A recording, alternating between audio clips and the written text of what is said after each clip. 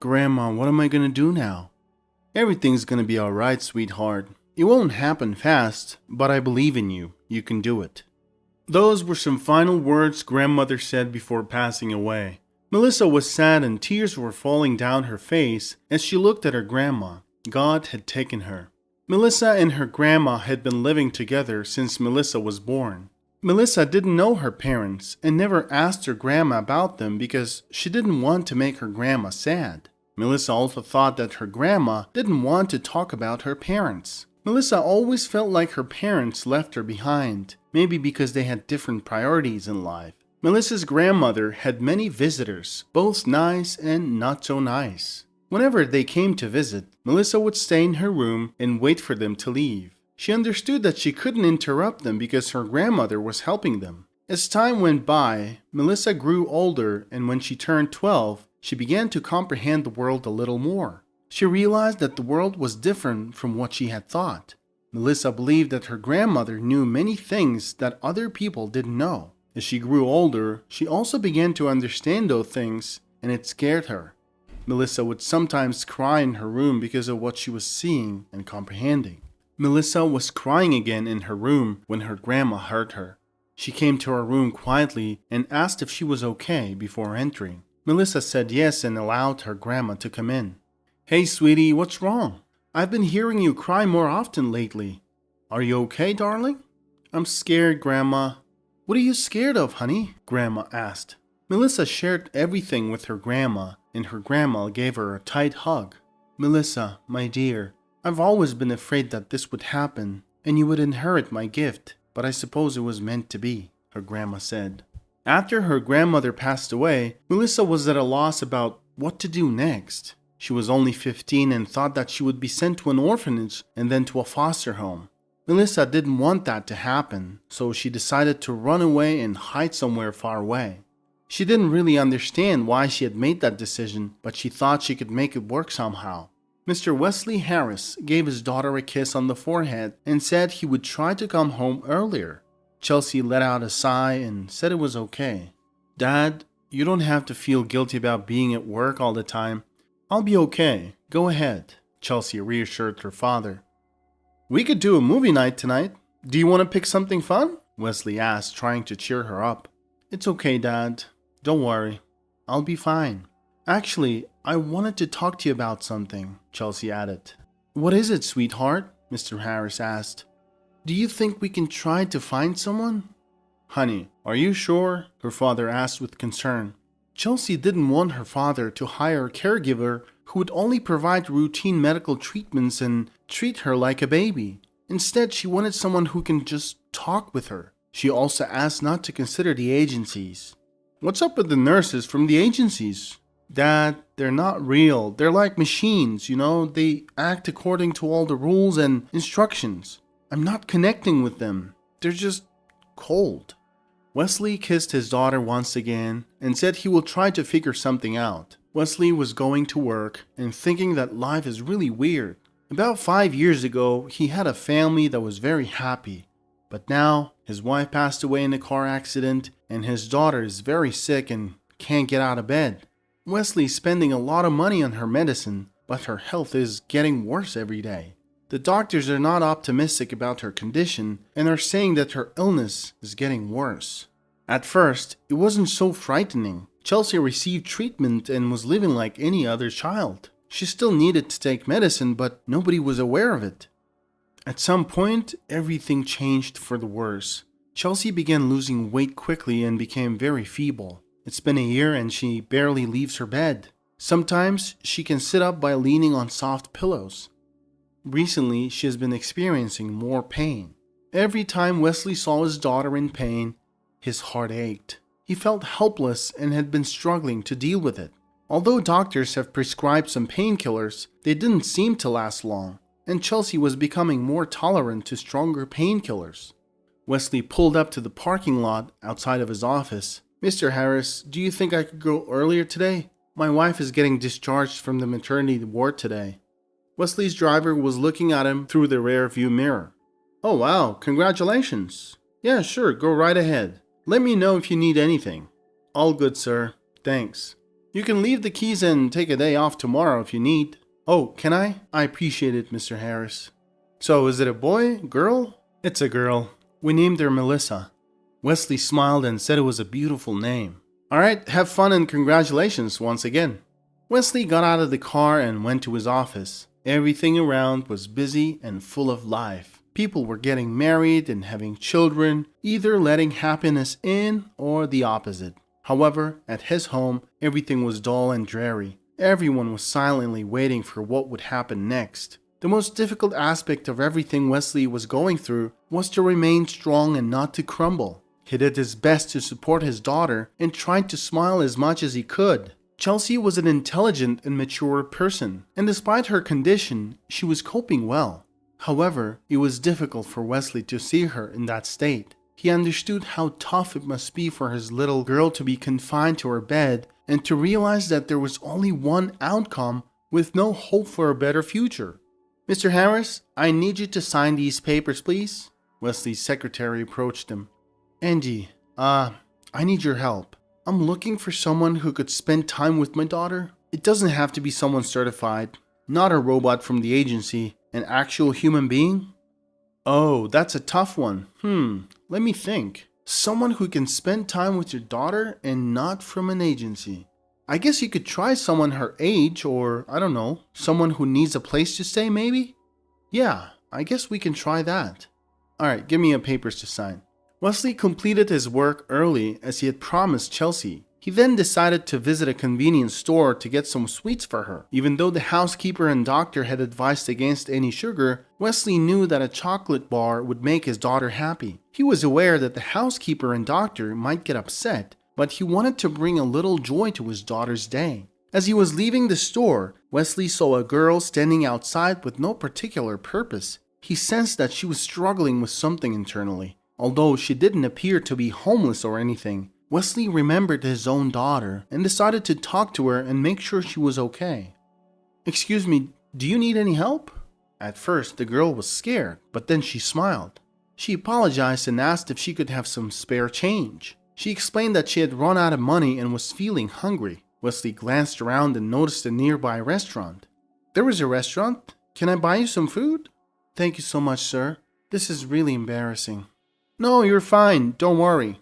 While on his way to the restaurant, Wesley was contemplating the girl's age. She appeared to be around 15-16 years old, just like his daughter. However, her eyes made her seem much more mature than her age. The girl was eating everything that Wesley had bought her. She was so famished that her eating made Wesley feel hungry too. At that instant, he realized that he could ask her to come with him to meet his daughter. I'm sorry, I didn't even ask your name. I'm Melissa. Melissa, where are your parents? Do you live with them? Melissa immediately stopped. I don't really know them. I used to live with my grandma at the trailer park. When she passed away 7 months ago, I moved to the city. So, do you have a place to stay? Melissa just shrugged her shoulders. I had been staying with my grandma's old friend for 5 months. I was helping out at home, cleaning, cooking and stuff, until her children took her to their home in another city. So you're saying you've got nowhere to go? I guess no. Would you like to live in our house? I have a daughter. Is she sick? How do you know? Wesley was alarmed. Melissa saw that Wesley was confused and figured she had to say something. Well, you looked tired, and as soon as I mentioned I was taking care of my grandma's friend, you instantly lit up. Then you said you had a daughter, and that's how I figured. You're quite smart. How old are you? I'll be 16 in a week. Do you have any papers with you? They're in the mall not far from here. A kind janitor let me store my things in the closet there. I help him mop the floor sometimes, and he lets me stay there. Wesley was thinking. He liked Melissa. So, what do you think? Do you want to move in with us? I mean, please don't get me wrong. We've got a nurse and a housekeeper. It's just my daughter needs someone to talk to, that's all. I understand. Yeah, I can do that. You don't even know me. You just agreed to go with me. Don't worry, I know you're telling the truth. How much do you think I should pay you? Sir, you don't have to pay either. Wesley thought Melissa was very innocent and genuine. They were in a car driving past the bright lights of the city, and Melissa was gazing out the window. Wesley saw this as an opportunity to discuss his daughter. So, Melissa, let me tell you about Chelsea. You don't really have to. If she wants to, she'll share her story with me when she's ready. Wesley agreed with a nod. He was still perplexed and curious about where Melissa had actually come from. When they got to his house, Wesley first showed Melissa her bedroom. She really liked it. It's beautiful. I've never had a bed like that. Make yourself at home. You can unpack while I step out for a bit. Melissa was thrilled with her own bedroom. She meticulously unpacked her belongings and arranged her clothes tidily in the closet. After finishing, Melissa silently left her room and walked into the hallway where Wesley was walking towards her. He stopped and said that it was time for her to meet Chelsea. Chelsea was sitting in her bed, looking out the window. "Hey, honey." Chelsea slowly turned around and smiled. "Hey, Dad." "Melissa, this is my daughter Chelsea. And Chelsea, this is Melissa." Chelsea was looking at Melissa with great interest. "Nice to meet you, Melissa. She's a really nice young lady. I'm sure you will get along well and make really good friends," Wesley added. "Alright, you two go ahead and get to know each other. I'll go change." Melissa slowly walked over to Chelsea's bed and looked at her without saying anything. "Hi," she said. "Hi," Chelsea replied. Chelsea could feel that Melissa was looking deep into her soul. She had a weird feeling. Chelsea was a bit frightened and looked at Melissa, but then Melissa smiled. "Don't be scared. Everything's gonna be alright." Gradually, the awkward tension between them subsided and they started talking. By the time Wesley came back, Chelsea was laughing. As he walked in and saw them, he froze. He hadn't seen her beaming and heard this laughter for the last couple of years. Melissa was telling her how her grandma would have herbal teas every time to make her memory better. She kept losing her shiny things and thought that she was forgetting them somewhere, and it turned out a magpie was flying in and stealing them. "Are you guys having fun?" Chelsea turned to her dad and said, "We are, Dad." Wesley said that dinner will be ready in an hour. He was expecting a refusal from his daughter as usual. This time Chelsea said, "Dad, do you think we can move my bed to the kitchen? I want to eat there." Wesley was shocked. "Of course, honey, let me get the chair instead." They had purchased a special chair for her a long time ago, but Chelsea never used it. She had totally been against it. Wesley instructed the housekeeper to prepare a table for 3 people, which surprised her. However, when she noticed Chelsea chatting animatedly with another girl, she quickly got to work. Chelsea couldn't eat a lot, but she had a hearty appetite. It was peculiar and uncommon. It was the first time she ate well. For a brief moment, Wesley began to question what the doctors had told him, but he realized that doctors from 3 different countries can be wrong at the same time. Before going to bed, Melissa noticed that Chelsea was curled up in pain. "Melissa, can you call the housekeeper? I need a shot." But Melissa walked up to Chelsea and put her palm on top of her head. After a minute, Chelsea began to feel that the pain was subsiding. She had never felt anything like that before. She wanted to ask how Chelsea was doing that, but she couldn't. Her eyes were drooping and she felt like she was falling asleep. Melissa stood up to shut the door and saw the housekeeper hurrying to give Chelsea a shot. "Excuse me, ma'am. She's better. She fell asleep." "What do you mean she's sleeping? What about the housekeeper peered inside and saw Chelsea was indeed asleep. "That's impossible." 2 weeks passed and Chelsea had changed a lot. Wesley was astonished. He saw how Melissa was leading her by the hand carefully. For the first time in the last few years, Chelsea got out into the yard. Wesley couldn't believe what he was seeing, but he was still wary that it could be something temporary. "Mr. Harris, where did you find this girl?" the housekeeper asked. "You won't believe it, but I met her on the street outside a store. Is everything okay?" "Yeah, everything's fine. I don't know how to say this, but she's a bit strange. She knows everything. The other day she predicted that it was going to rain in 10 minutes. She told me that my son's sore throat needs to be treated with some kind of herb. Look how much Chelsea has changed. Are you telling me she's some kind of clairvoyant or something?"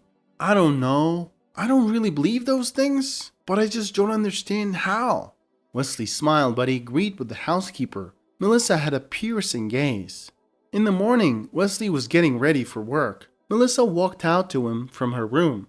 "Mr. Harris, do you have to go to work today?" "Yes. Is everything okay?" "Can you stay home today, please?" "Why, Melissa? What's going on?" "I have a lot of things to do at the office."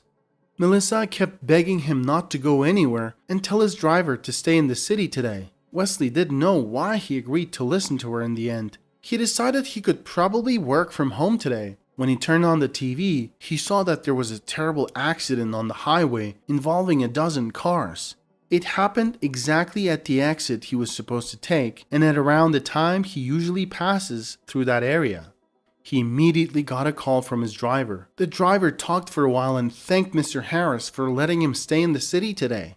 Wesley got up and headed for Melissa's room. He couldn't take it anymore. He really wanted to know who she really was. He knocked on her door, but there was no response. Then he walked towards Chelsea's room, and as he was approaching, he heard loud noises.